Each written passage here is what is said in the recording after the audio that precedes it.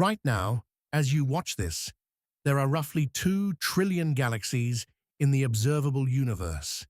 Each one holds hundreds of billions of stars. Many of those stars have planets. Some of those planets are warm, wet, and old enough to have had billions of years for something remarkable to happen. Life.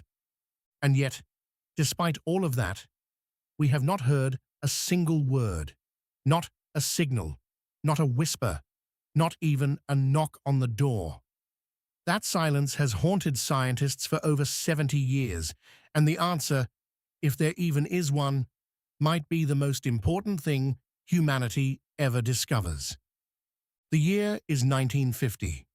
Physicist Enrico Fermi, one of the architects of the atomic age, a man who built the world's first nuclear reactor, is sitting down to lunch at Los Alamos National Laboratory with a few colleagues. They're joking about a recent newspaper cartoon suggesting aliens stole New York City's trash cans.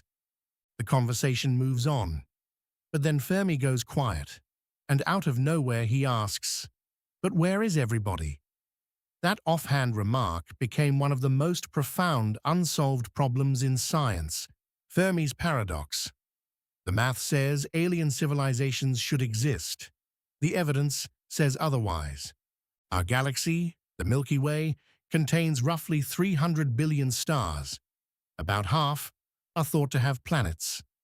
Astronomers estimate there could be tens of billions of Earth-sized planets sitting in the habitable zone, not too hot, not too cold, where liquid water can exist. And here's where the paradox bites.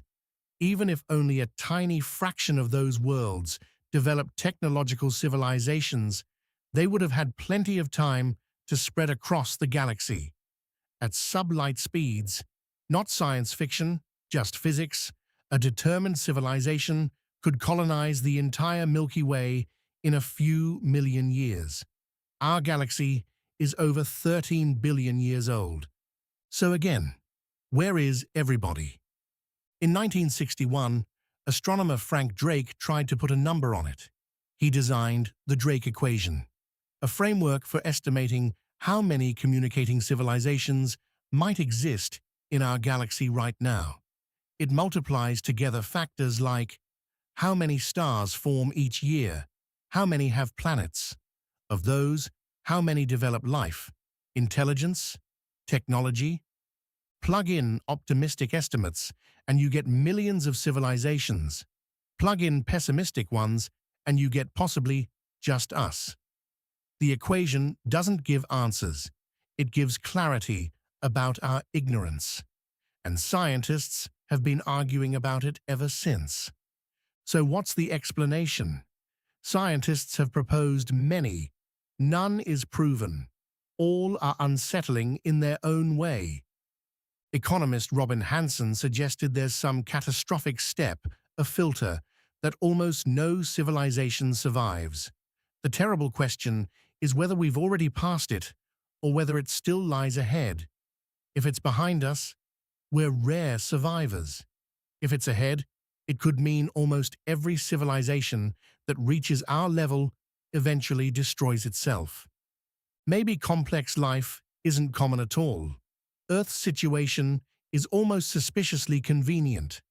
A large stabilizing moon, a protective magnetic field, a giant neighbor planet deflecting asteroids. Perhaps simple life is everywhere, but intelligent life requires a combination of luck so precise that it almost never happens twice. Perhaps the most advanced civilizations are operating on levels we can't perceive, beyond radio communication, harvesting energy in ways that leave no detectable signature, or retreated into vast virtual realities. We're listening for telegrams when they've long since stopped sending them. Finally, timing. Perhaps we are genuinely among the first technological civilizations, and the universe is simply waiting to fill up. Or perhaps civilizations flourished long ago, rose and fell, and we arrived too late for the party. Either way, alone. Not because we're unique, but because the timing didn't align. We're not just sitting with the question, we're actively hunting for answers. SETI has been scanning the sky for anomalous radio signals since the 1960s, and one signal from 1977, dubbed the WOW signal, remains unexplained to this day. The James Webb Space Telescope can now analyze the atmospheres of distant exoplanets for chemical signatures that only biology produces. And Breakthrough Listen is scanning millions of stars with unprecedented sensitivity. The silence may be ending, or it may deepen. Here's what makes Fermi's paradox so uniquely disquieting. Every answer to it changes what we think we are. If the great filter is ahead of us, we may be doomed and not know it. If the rare Earth hypothesis is right, we are a miracle, improbably alone. And if we are simply first, the universe, one day, may be full of civilizations that started here. Fermi asked his question over lunch in 1950. No one has answered it since. But the fact that we're asking, that a species on one small planet looked up and dared to wonder, might itself be the most extraordinary thing in the observable universe. Keep looking up.